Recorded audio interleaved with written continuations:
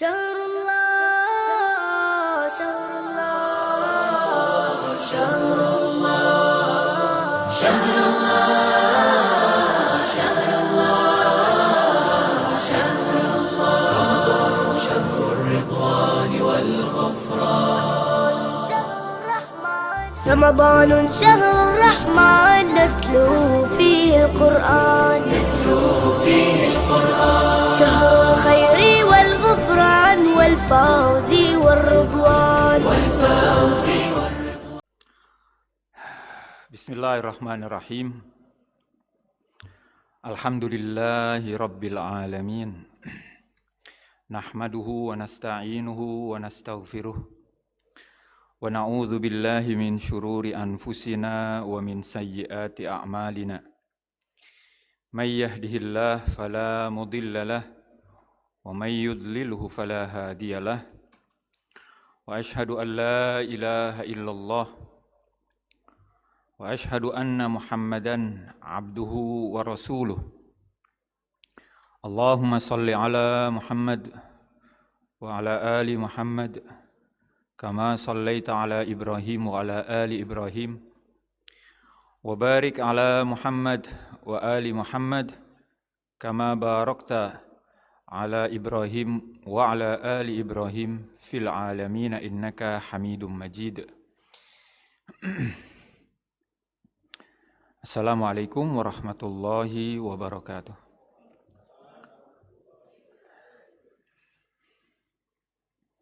Alhamdulillah,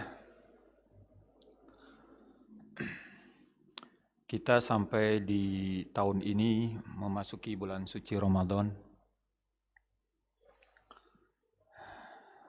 Sudah merupakan karunia besar.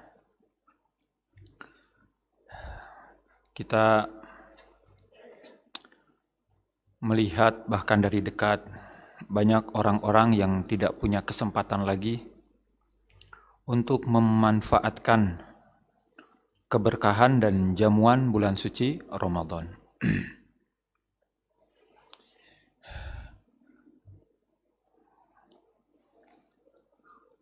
Dalam hadis disebutkan Ramadan ini ma'dabatullah, adalah hidangan Allah Subhanahu wa taala. Seperti juga kita menghadiri undangan, kemudian ada hidangan, maka tanpa kita menunggu aba-aba, kalau sudah waktunya hidangan itu digelar dan dikonsumsi, kita segera memulai pesta, menikmati hidangan. Dan pada malam ini kita akan menyimak salah satu hadis yang biasa kita hafal. Di banyak kalangan, di berbagai usia, hadis ini diulang-ulang. Rasulullah Shallallahu Alaihi Wasallam bersabda, Naumus shaim ibadah. Jadi tidak ada yang unik ya. Salah satu hadis yang paling populer dalam tentang puasa di bulan Ramadan ya hadis ini. Naumus shaim ibadah. Selain hadis lain seperti as-shaum li wa ana ujzi bihi. Yang kedua ini artinya puasa adalah milik aku. Dan karena itu pula dan aku sendiri yang akan memberikan balasan kepada hamba atas puasa yang dia lakukan. Tapi hadis pertama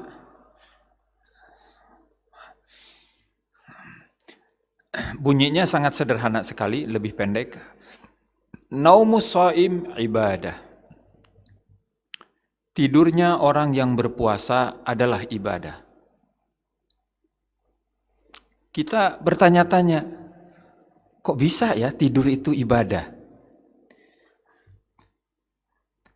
Bagaimana kita mengisi tidur kita itu ibadah? Lalu kita merenungkan, tidur ini sesuatu yang tidak ada biayanya. Tidak ada beban, sangat ringan sekali untuk kita tidur. Yang kedua, selain tidak ada biayanya, memberi kenikmatan yang besar. Ini tidur. Tetapi di sisi lain, tidur ini mengambil usia yang tidak sedikit dari kita. Jadi kalau kita hitung usia kita, katakan sekarang 40, ya.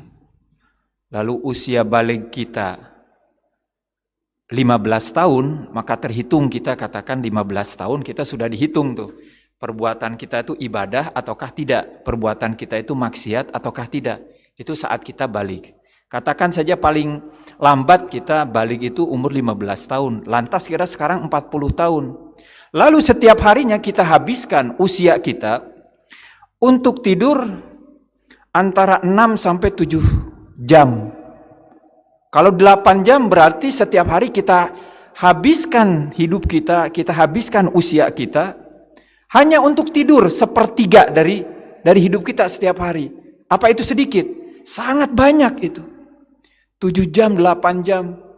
Banyak para peneliti, banyak para pecinta ilmu yang mereka bahkan ketika meneliti itu berharap tidak perlu tidur kalau bisa. Enggak perlu tidur. Karena apa? Karena tidur mengambil waktu banyak dari dia. Jadi dia tidur terpaksa untuk supaya bisa mendapatkan kebugaran lagi, kemudian bisa bekerja lagi. Banyak orang yang begadang hanya untuk meneliti sesuatu. Karena sudah hanyut dalam penelitian, dia tidak lagi peduli. Banyak tuh di kita mahasiswa yang begitu ya, begadang, pulang seminggu sekali. Nah kita, kalau kita renungkan hidup kita sekarang ini, sebetulnya kita bukan usia 40 tahun. Usia kita, jadi tandai hidup kita itu dengan kita sadar, bukan dengan kita tidak sadar. Yaitu dikurangi 7 jam setiap hari. Ya, kalau 6 jam malam, berarti pagi kita mungkin tidur lagi, ya rata-rata 7 jam. Berarti sebetulnya orang yang berusia 40 tahun, ya sekarang dia menjalani hidupnya dengan berkesadaran, belum tentu bernilai masih ya, ini masih berkesadaran. Nanti kita cerita tentang bernilainya. Itu tidak lebih ya dari 30 sampai 32 tahun. Jadi semakin bertambah usia kita sampai 70 tahun, maka pengalaman hidup kita sebetulnya lebih singkat lagi. 40 tahun lebih banyak, nanti 70 tahun yang hilang lebih banyak lagi. Lalu pertanyaan berikutnya, apakah usia kita yang hilang sepertiga dari sepanjang usia kita yang sedang kita jalani, yang sudah kita jalani, itu tidak dipertanggungjawabkan di hadapan Allah? Allah yang ngasih usia itu. Allah ngasih kesehatan, lalu kita pakai buat tidur. Kita habiskan 7 jam, apakah tidak dipertanggungjawabkan, dipertanyakan oleh Allah Subhanahu wa taala, wahai hamba, apa yang engkau lakukan dari tidur? Bagaimana kita mengisi tidur? Kenapa kita tidak memikirkan tidur? Karena ya tadi itu, saking gampangnya tidur dan saking enaknya tidur. Kita sampai sekarang mungkin jarang dari kita yang terima kasih kepada orang tua kita ketika ibu memasakkan buat kita. Ketika ayah memberikan sesuatu kepada kita, ayah terima kasih, itu jarang kita. Kenapa? Karena saking dekatnya, dan ibu ayah kita juga tidak menanti dari kita ucapan terima kasih. Seolah-olah bahkan kalau kita terima kasih, seperti kita menganggap orang tua itu orang lain.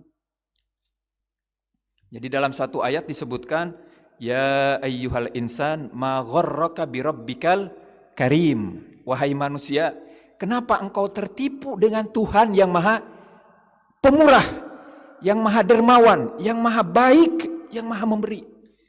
Dibandingkan dengan orang tua kita, kan tidak ada apa-apanya orang tua kita itu kebaikannya. Jadi kita lupa dengan Allah Subhanahu wa taala. Itu karena kita terbiasa di rumah kita juga sama orang tua kita, enggak begitu peduli.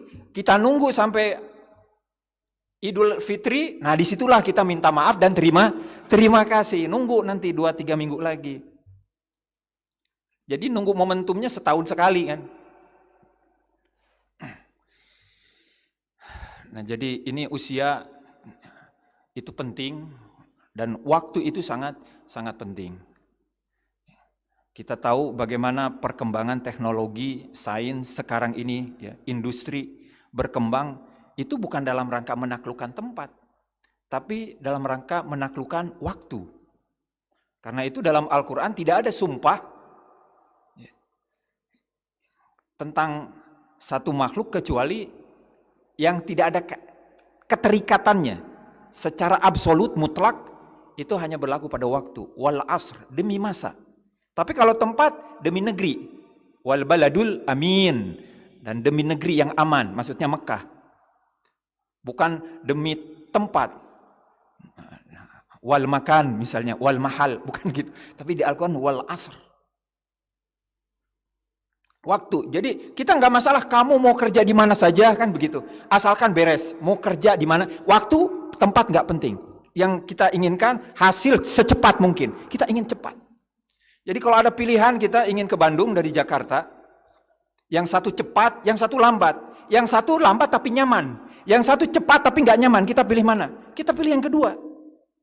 Karena kita ingin cepat. Jadi pertama cepat, kedua kenyamanan. Waktu, dan karena itu pula usia ini sangat penting bagi kita. Nah kalau usia ini dihabiskan untuk tidur, lantas ternyata tidur kita ini nggak ada artinya di hadapan Tuhan nanti, apa yang akan kita jadikan bekal untuk minimal bertemu dengan Rasulullah dan meminta syafaat dari Rasulullah untuk masuk surga? Kita ini di dunia ini siap saja sih menderita seumur hidup, nggak apa-apa. Asalkan ada jaminan nanti di akhirat kita dapat surga, bahagia. Kita nggak apa-apa, semua doa kita nggak dikabulkan oleh Allah, nggak apa-apa. Tidak dikabulkan di dunia ini nggak apa-apa, sehingga terus kita menderita. Asalkan nanti doa-doa kita dikabulkan setelah kematian. Jadi berdoa itu kan harapan kita, kebutuhan kita, dan kita akan menilai kualitas pengkabulan itu sejauh besar kecilnya kebutuhan kita. Jadi kalau kebutuhan kita kecil lalu diberi, kebutuhan kita ditutupi, ya kita senangnya seperti ukurannya sama dengan kebutuhan kita. Dan tidak ada kebutuhan yang paling besar kecuali setelah kematian nanti. Itu kebutuhan kita paling besar. Di sini kita tidak dihadapkan mau celaka selama-lamanya seumur hidup atau mau bahagia seumur hidup. Nyantai kita. Tapi di akhirat kelak kita hanya dihadapkan dua jalan. Mau ke neraka atau ke surga. Dan tidak ada yang menjamin diri kita akan mengarah ke surga. Kalau sekedar selamat dari neraka kan udah senang ya. Tapi lihat orang masuk surga, kita jadi kecewa, jadi hancur juga. Akhirnya menyesal. Ya laitani, ya Allah seandainya aku dikembalikan lagi ke dunia. Apa? Mempersiapkan pahala kita dari perbuatan-perbuatan amal soleh kita. Tapi apakah itu cukup amal soleh kita? Ternyata tidak cukup toh amal soleh kita. Jadi apa yang lantas dijanjikan oleh Allah? Ud'uni astajib lakum. Berdoalah pasti, itu garansi dari Allah itu. Berdoalah pasti Allah terima. Berapa banyak sih kita sholawat dan mana efeknya? Sholawat itu kan Allahumma. Ya Allah itu doa. Tapi mana dampaknya? Toh sama, bahkan ada orang yang tidak bersolawat, yang non muslim, hidupnya lebih enak daripada kita yang terus bersolawat. Itu karena kenapa kita berpikir seperti itu? Karena berpikir inginnya sholawat itu bisa berdampak di dunia ini. Padahal kita bersolawat itu doa yang kita harapkan kalau tidak diperoleh sekarang pasti di akhirat. Dan itu kebutuhan kita nanti di akhirat. Jadi ada satu hadis disebutkan. Hamba ketika melihat ya di hari kiamat kelak, ya Allah itu rahmat itu, anugerah itu milik siapa? Lalu disebutkan oleh Allah Subhanahu wa taala, itu rahmat, itu anugerah milik engkau. Bagaimana milik aku? Ya karena engkau dulu berdoa kepadaku dan aku tangguhkan doa itu, sekarang aku berikan saat engkau membutuhkan. Jadi nggak apa-apa kita berdoa teruslah, yang banyak berdoa. Bulan suci Ramadan, bulan doa. Mana dampaknya sekarang? Ya kalau secara materi nggak ada kan, sama aja kita. Tapi itu yang akan kita butuh. Ya Allah nggak apa-apa, jangan dikabulkan sekarang. Kalau pertimbangannya seperti itu, ya Allah jangan dikabulkan sekarang, nanti saja saat aku membutuhkan syafaat Rasulullah. Orang yang seperti ini kira-kira dia bakal kecewa nggak dengan hidup? Bakal putus asa nggak? Nggak akan ada putus asa. Apapun ketidakadilan di muka bumi ini, penderitaan apapun, COVID yang begitu, gelombang pandemik yang begitu keras, dia akan tetap tegar. Kenapa? Karena ini bukan akhir kehidupan. Dan dia masih menunggu doa-doa itu akan terkabulkan. Jadi bicara tentang doa nih. Berapa banyak orang berdoa tentang Imam Mahdi supaya muncul. Kalau kita doanya kita karena kita orang kotor. Loh, doa kemunculan Imam Mahdi itu sudah dipanjatkan sejak 1000 tahun yang lalu oleh ulama-ulama besar. Dan setelah 1000 ini mana nggak muncul juga.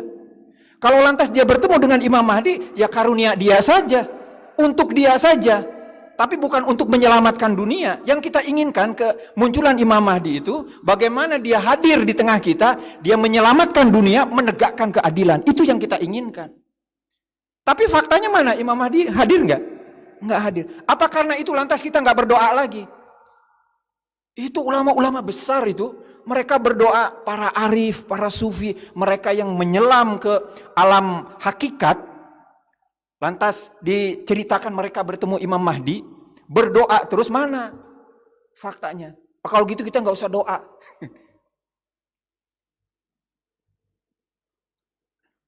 Terkait dengan ini kita akan bahas di ayat lain ya, ayat di surat Yasin.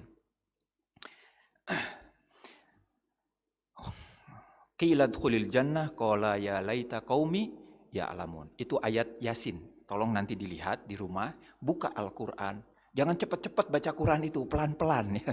Itu surat Allah Subhanahu wa taala. Semua kata-kata itu ditimbang, Pak. Ya, ibu-ibu, itu ditimbang. Oh, ini udah pas buat manusia. Ini. Jadi enggak ada kelebihan, enggak ada kekurangan. Qila dkhulil jannah qala ya laita qaumi ya'lamun.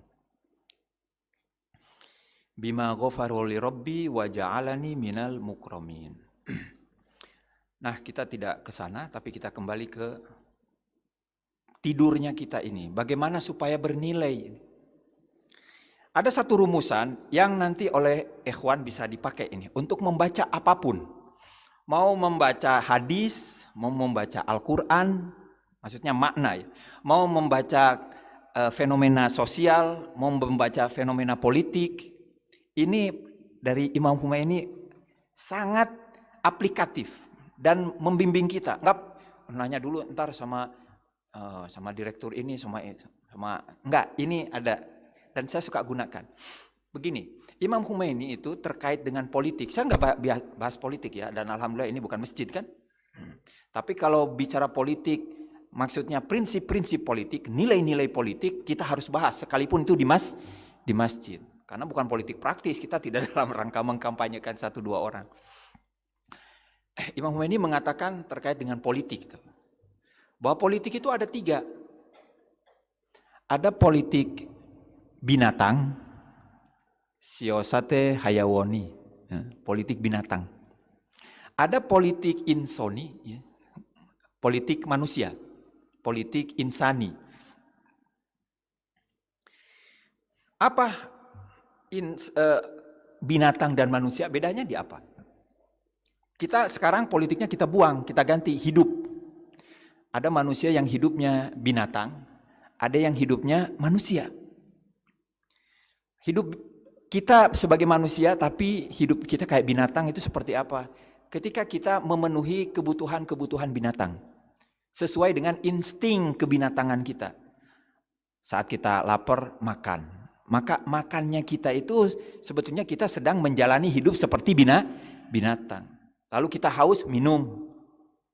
Lalu kita membutuhkan pasangan, ya kita berhubungan. Kemudian kita menyayangi adik kita, anak kita. Binatang juga begitu. Dari sisi ini nggak beda dengan kucing yang kita piara di rumah, kan lagi tren ya, piara kucing. Yang punya ternak kambing, coba diamati. Sama, kambing juga begitu. Saat kita lahir, diingat-ingat, sama anak kambing juga begitu. Perucut keluar, dia teriak-teriak, dia nangis. Kita juga nangis. Cuma bedanya dia cepat jalan, kita lambat. Dari sisi ini mungkin mereka lebih sempurna. Jadi ini satu bentuk kehidupan kita. Lah kalau kita sekarang misalnya, oh di Ahlul Bait itu ternyata datang ke sini, mana ke ICC, ada makannya. Maka sebetulnya kita datang ke sini, itu kita sebagai binatang karena makan. Sederhana, jadi kita mau menempatkan nilai hidup kita itu mau kayak binatang, ya tergantung kita mau datang untuk apa tujuannya. Untuk buka puasa pertama, makan. Yaitu kita seperti binatang-binatang yang lain. Haus minum sama seperti itu. Kemudian berhubungan, kemudian yang lain sebagainya. Ada lagi kita berharap, seperti juga sekarang dinarasikan, memanusiakan manusia. Ini yang menarasikan seperti ini, pertama-tama sudah mengasumsikan bahwa anak-anak itu binatang. Maka dia harus dimanusiakan begitu. Kalau sudah jadi manusia, ngapain kita pakai narasi memanusiakan manusia? Kecuali maknanya artinya mengokohkan nilai-nilai kemanusiaan. Tapi kalau secara itu saja, ya berarti kita sudah ditempatkan, dipandang bahwa kita ini binatang, belum manusia, lantas diupayakan supaya menjadi manusia. Kita tidak menunggu orang lain untuk memanusiakan diri kita. Yang bisa memanusiakan diri kita sendiri. Karena yang mengalami hidup kita sebagai binatang adalah diri kita. Yang mau merubah ya diri kita sendiri. Lalu berikutnya, sampai di sini, kira-kira tidur itu kegiatan binatang atau kegiatan manusia? Kalau misalnya ngantuk, lalu tidur. Kambing juga begitu, kucing begitu. Semua yang begitu. Jadi kita tidur ini sedang menjalani sebagai identitas kita sebagai bukan sebagai binatang. Tapi kita berharap bagaimana caranya supaya tidur kita bukan berbeda dengan kambing-kambing itu, dengan kucing-kucing itu. Ya, dengan tikus tidur itu. Ya, bagaimana supaya tidurnya kita manusiawi. Tidurnya kita manusiawi. Kalau kita memenuhi kebutuhan-kebutuhan atau tuntunan-tuntunan kita sebagai manusia yang berasal dari dua. Satu dari pikiran, yang kedua dari hati. Kita dengan pikiran kita tahu ini perbuatan baik. Mana yang buruk, mana yang baik, mana yang benar, mana yang tidak benar. Tahu dengan pikiran. Lantas ditunjang juga dengan hati. Suara hati ini sangat fasih, sangat tajam. Ya, nggak bisa dibohongi. Itu ayatnya ada itu. Balil insanu ala nafsihi basirah walau alqa ma'a dzirah. Bahkan pada diri manusia itu ada mata hati. Basirah itu mata kecil. Tak marbutoh litasghir katanya dalam nahwu itu. Itu mata hati yang kecil. Tapi kecil itu mengkitik, Jawa bilang orang Jawa. Ya. Saking kecilnya dia mudah, tajam, menusuk. Tahu kita. Saat kita berbohong, kita kasih argumentasi, oh karena kemarin terdesak, karena begini. Tapi hatinya tidak bisa dibohongi. Anda sedang berbohong kemarin, itu salah. Jadi jangan menentang suara batin, itu suara suci, itu fitrah itu. Jujur atau tidak, ya. Kemudian kita menolong atau tidak, kan ada orang kesusahan. Itu kenapa kita lantas membantu? Karena pertama-tama tergerak dari batin kita, terenyuh. Tapi kalau orang yang sudah gelap hatinya, dia tidak terenyuh. Udah kita korupsi aja tuh yang banyak itu, ya, yang mencurigakan itu 349. Sekalipun yang lain pada bayarin, ini diambil sama dia. Atau ditransaksikan, dicucikan sama dia. Karena sudah nggak ada hatinya. Ketika kita sedang menderita, yang lain sedang foya-foya, sedang senang-senang, sedang hidup hedonis. Nah, kita kembali sekarang. Jadi ini kita ingin menilai, ya, yang tidur kita ini. Ada nggak yang lebih tinggi dari itu? Kata Imam Khomeini, politik ada yang lebih tinggi dari itu. Bukan hanya politik binatang, politik hewani. Di atas itu bukan hanya politik insani, tapi ada politik ilahi. Nah, jadi bapak-bapak, ibu-ibu, untuk jadi orang baik itu tidak perlu agama. Untuk jadi orang jujur tidak perlu agama. Nunggu dulu ada wahyu dari Tuhan. Kira-kira dalam hal ini saya harus jujur apa enggak? Enggak perlu nunggu. Harus jadi manusia adil. Enggak perlu nunggu ada nabi, ada Quran, baca Quran dulu, ada enggak ya? Enggak perlu. Orang sudah bisa berbuat adil. Jadi kan pernah ya isu di kita berkembang dulu tahun 2017. Mana yang akan kita pilih?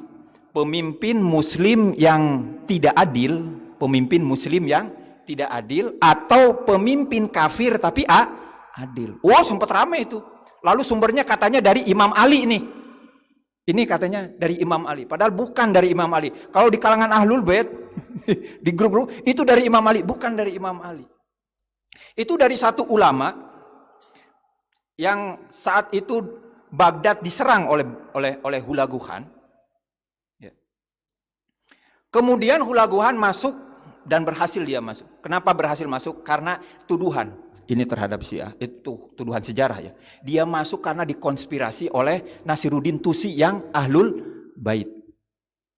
Itu ke pengkhianatan terbesar orang Syiah katanya terhadap umat Islam itu karena dia diam-diam mendukung Hulaguhan menaklukkan kota pusat pemerintahan Islam saat itu. Nah, ini sebenarnya ada penjelasannya ya, kenapa demikian. Tapi ketika setelah masuk, lalu dikumpulkan ulama-ulama. Ini salah jawab, mati semua tuh, dipenggal semua. Kalian mau pilih mana? Penguasa kafir yang adil atau memilih penguasa muslim yang tidak adil? Nggak ada yang jawab, hanya satu orang. Namanya Ibnu Tawus. Dia jawab, kami memilih penguasa kafir yang adil. Enggak dibunuh tuh, mereka selamat. Ini harusnya dijadikan catatan sejarah juga. Kalau itu yang tadi itu Nasiruddin Tusi dianggap pengkhianatan, ini dianggap apa? Penyelamatan ini terhadap banyak ulama di Baghdad. Siapa yang menyelamatkan? Ibnu Tawus. Siapa Ibnu Tawus? Ulama yang nyusun selain Mafatih Jinan, Al-A'mal bukunya beliau itu Al-A'mal. Itu Ibnu Tawus yang sama menulis seperti Mafatih Jinan. Jadi itu kalau kita kembali ke situ. Lah, berarti adil itu bisa melekat pada non-muslim, pada kafir, bisa. Orang bisa jadi adil tanpa perlu beriman, tanpa perlu jadi muslim. Saya mau lengkapi yang tadi argumennya hebat itu. Jadi muslim tapi nggak adil, muslim baik nggak? Baik, tapi nggak adil. Itu keburukannya bukan untuk dirinya, tapi juga keburukannya untuk yang lain. Tapi kalau kafir, kafirnya buruk untuk dirinya, tapi keadilannya untuk banyak orang. Karena itu kafir adil lebih baik daripada muslim yang tidak adil. Tapi sekali lagi, menjadi adil itu tidak harus menjadi muslim. Tidak harus menjadi muslim. Nah, kalau memang demikian, lantas untuk apa agama? Adil dibandingkan dengan tidur dan berbuat adil, mana lebih mulia? Ya, lebih mulia berbuat adil, itu manusiawi. Tapi kalau tidur bukan manusiawi, itu binatangi, itu hewani. Berarti ada satu lagi yang kita perlukan ya, supaya keadilan kita bukan semata-mata nilai insani saja. Cinta kepada sesama. Apa perlu jadi orang muslim untuk jadi beragama dulu, beriman? Enggak perlu. Jadi orang toleran enggak perlu jadi muslim dulu. Enggak perlu. Enggak pakai ayat riwayat sudah ngerti kita kalau toleransi itu penting. Mencintai sesama itu penting. Tapi cinta apa ini? Ini cinta insani. Jadi kalau disebutkan alaisad-din illal hub, bukankah agama tidak lain adalah cinta? Ya, untuk yang mengkampanyekan cinta bahwa intinya Islam adalah cinta, dengan dalil hanya ini saja dalilnya. Dalilnya hanya ini saja, yaitu alaisal hub, alaisad-din illal hub. Bukankah agama tidak lain adalah cinta. Artinya agama itu cinta. Agama itu apa? Iman. Emangnya iman mungkin kita pahami tanpa ada yang diimani? Iman saja. Enggak, iman kepada Allah Subhanahu wa taala kalau di Islam ya. Iman kepada Rasulullah, iman kepada kitab suci. Iman. Jadi ada Allahnya, ada kitab suci, ada muta'alaknya, ada objeknya. Nah, karena objeknya iman kepada Allah, maka cintanya juga kepada Allah, bukan sembarang cinta saja. Jadi aneh kalau beriman kepada Allah, cintanya tidak kepada Allah. Alaisaddin illal hub itu nggak nyambung. Tidak, bukankah iman itu atau agama itu tidak lain adalah cinta? Harusnya sepadan. Jadi untuk mencintai orang lain itu tidak perlu beragama. Sekarang kenapa sebagian ya juga mendukung supaya tim Israel, tim U20 sepak bola Israel itu tetap datang, disambut, difasilitasi oleh kita di sini, karena diantaranya argumennya yang mau bertanding itu anak-anak yang mereka tidak ngerti apa-apa politik, mereka tidak ikut terlibat dalam penggusuran, dalam pembangunan pemukiman, bahkan dalam teror serta pembunuhan di Palestina. Mereka nggak ngerti, mereka hanya pemain saja. Karena itu kita harusnya cinta dengan sesama. Datang mereka biarkan. Itu karena melihat sekedar cinta insani. Tapi tidak mempertimbangkan nilai-nilai lain, yaitu nilai keadilan. Perdamaian bagus, tapi kalau tidak didasarkan keadilan, maka perdamaian itu hanya sesaat. Ya, untuk yang berkeluarga silahkan saja. Kita maunya keluarga itu damai. Kalau ada yang ingin membangun perdamaian dengan keadilan, itu beda di keluarga. Akhirnya nuntut-nuntut, yang satu haknya mana, yang satu tanggung jawabnya mana. Kalau di rumah itu pakai cinta. Cinta itu nggak kenal namanya hak dan tanggung jawab. Dia korbankan haknya. Dia perjuangkan tanggung jawab dia untuk pasangannya. Itu di keluarga. Tapi kalau di luar, selain keluarga, yang kita tegakkan adalah keadilan. Maka di atasnya kita bangun perdamaian. Bukan perdamaian dulu, lalu kita bicara keadilan. Selama keadilan tidak tuntas, perdamaian apapun akan runtuh. Dan akan kembali kita bahas tentang keadilan. Proposal apapun untuk menyelesaikan Palestina harus berdasarkan keadilan dulu. Bukan perdamaian, tidak itu. Nah, jadi kita mencintai itu tidak perlu muslim. Jadi kalau tidur saja itu tidak perlu jadi Islam. Jadi mencintai dan berbuat adil pun tidak perlu Islam. Lantas apa bedanya kita dengan yang lain? Bedanya ketika kita ingin semua hidup kita, inna solati wa nusuki wa mahyaya wa mamati lillahi Rabbil alamin. Inginnya kita itu yang biasa kita baca ya di iftitah, itu sayangnya jarang dibaca, atau kita dikenalnya dengan al-istiftah ya. Allahu Akbar, takbir, itu baca itu kan. Inna solati wa nusuki wa mahyaya, itu ayat. Sesungguhnya solatku dan semua ibadahku, wa nusuki wa mahyaya wa mamati, hidup dan matiku hanya untuk Allah Subhanahu wa taala. Jadi gimana caranya kita supaya kita mengisi keadilan kita, keadilan ilahi, yaitu dengan kehadiran Allah Subhanahu wa taala, dengan menghubungkan tindakan adil kita kepada Allah. Cinta kita kepada sesama, cinta kita kepada anak kita, itu juga sama cinta elang kepada anaknya, cinta ayam kepada anaknya, sama cinta. Tapi bagaimana supaya berbeda? Cinta kita itu dengan kesadaran bahwa ini adalah manifestasi, ya, ekspresi dari kecintaan Allah Subhanahu wa taala. Karena itu kalau kita salah satu perbuatan yang baik itu sholat. Sholat itu perbuatan baik.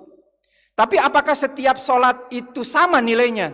Mereka yang sholat di belakang Rasul itu kan beda-beda. Ada yang muslim di belakang Rasul ya. Ada yang juga sama-sama kelihatan muslim. Oh, bahkan yang mereka lebih khusyuk. Ternyata bukan sholat itu. Yang satu lillahi ta'ala, yang satu bukan lillahi ta'ala. Orang-orang munafik yang berada di belakang Rasul itu ada yang sholat seperti itu. Jadi sholat saja, gerakan, tindakan baik itu perlu, tapi tidak cukup. Supaya cukup bulat, maka diperlukan satu lagi, yaitu motivasi, kesadaran. lillahi ta'ala. Ini yang membedakan para sahabat yang sholat depan Rasul, sahabat yang beriman dengan sahabat yang munafik. Sahabat munafik sholatnya lebih khusyuk, baca Qur'annya mungkin lebih hafal, tapi mereka bahkan berada di keraknya neraka. Kenapa? Semua perbuatan baiknya itu bukan hanya sama sekali tidak bernilai, bahkan menjatuhkan dia ke bawah. Tidak ada nilai motivasinya itu, atau dalam bahasa agama niatnya itu nggak ada. Bahkan sebaliknya niatnya untuk menghancurkan Islam. Jadi kita bisa meningkatkan semua nilai-nilai kemanusiaan kita, bukan hanya nilai ya insani tetapi juga nilai ilahi dengan lillahi ta'ala. Saat kita makan bismillahirrahmanirrahim, baca doa. Itu supaya nyambung ya. Makan kita bukan senilai makannya binatang, bukan, tapi makannya yang bernilai makan ilahi. Nah, begitu pula tidur. Jadi kalau ingin kita isi tidur kita bernilai, lalu ada hasilnya di akhirat kelak, maka niatkan tidur kita, persiapkan tidur kita dengan niat Allah Subhanahu wa taala. Jadi bukan karena ngantuk leles atau kita udah tidur aja. Karena itu banyak juga amalan di Mafatih Jinan agar kalau kita tidur mempersiapkan tidur kita. Wudu, bacaan surat ayat kursi, kan begitu. Baca minimal sholawat, itu untuk supaya tidur kita ini jadi bernilai, bukan tidur hewani, bukan tidur hewani saja, tapi lebih tinggi daripada tidur manusiawi, yaitu tidur ilahi. Kecuali kalau Allah Subhanahu wa taala sendiri mengatakan kepada kita, kalau perbuatan-perbuatan ini tidak perlu lagi lah engkau mengingat aku sudah akan terima. Maka saat itu hanya berbuat baik saja sudah cukup. Dan tidak banyak perbuatan yang seperti itu yang diperkenalkan oleh Allah Subhanahu wa taala. Hanya dengan satu unsur saja, perbuatan itu baik, cukup itu saja. Yaitu tidur pada saat bulan Ramadan. Tidur pada saat kita tidurnya karena ngantuk tadi itu, tidak ada niat apa-apa, kebawa tidur. Itu tidurnya binatang, umumnya sebelum Ramadan. Setelah Ramadan Allah bahkan menghitung tidur yang seperti itu, tidurnya ilahi. Jadi naumus shaim ibadah. Tidurnya orang yang berpuasa itu ibadah. Jadi kalau kita begadang, ada orang-orang yang begadang Pak sampai subuh, kemudian dia menjumpai subuh dan dia sahur, sholat subuh, lalu dia tidur berharap tidurnya itu berlangsung sampai maghrib. Jadi bangun maghrib udah mandi segar lagi kan makan, nggak kerasa itu. Kita mungkin menertawakan, kenapa? Ini puasanya apa? Tapi di hadapan Allah ini puasa yang berharga, sekalipun dia tidurnya dengan niat seperti tadi. Niatnya seperti tadi, tapi kata Allah apa? Tidurnya seperti tidur orang yang berpuasa, sama. Jadi ini anugerah makdabah ya. Jamuan, makan ya, santap, terima, ambil. Kenapa tidur itu? Tidur itu sekalipun memang tidak beribadah kita dalam tidur karena diam ya. Tapi juga di sisi lain dengan tidur kita tidak bermaksiat. Dengan tidur kita tidak merusak puasa kita. Jadi tidur itu ada positifnya. Tidak bermaksiat itu juga ibadah. Kadang-kadang kita menilai tidak maksiat itu ya nggak ada nilai. Enggak, tidak bermaksiat itu sudah ibadah. Jadi tidurnya ini sudah dianggap ilahi. Tidur saja. Tidurnya hewani di selain Ramadan, itu di Ramadan ini ilahi. Dan yang kedua, dengan tidur kita menghindari maksiat. Kemungkinan maksiat dengan tidur kita hilangkan. Tapi jangan lantas kita jadi malas, nggak kerja ya, enggak. Karena kerja juga ibadah yang paling mulia. Mudah-mudahan ini berguna. Dan 3 kerangka tadi itu ya dari Imam Khomeini, yaitu menilai segala sesuatu. Bukan hanya tidur ya. Bahkan belajar, bahkan sholat tadi itu. Sholat itu ada yang ilahi, ada sholat yang insani, ada sholat hewani, ada sholat iblisi, setani. Seperti orang-orang munafik. Ada orang-orang yang mengatasnamakan agama ya. Gitu. Sumbangan-sumbangan mengatasnamakan diambil sendiri sama dia. Ini apa nih? Dia mengoleksi sumbangan dengan mengatasnamakan Palestina, tapi dia benahi rumahnya lebih jadi gedung, jadi istana. Ini perbuatan baik memang untuk menolong atas nama. Tapi dia manfaatkan, dia salah gunakan. Ini perbuatan setani yang seperti ini. Bukan lagi binatangi. Mudah-mudahan bermanfaat untuk saya pribadi. Wabillahi taufiq wal hidayah. Wassalamualaikum warahmatullahi wabarakatuh.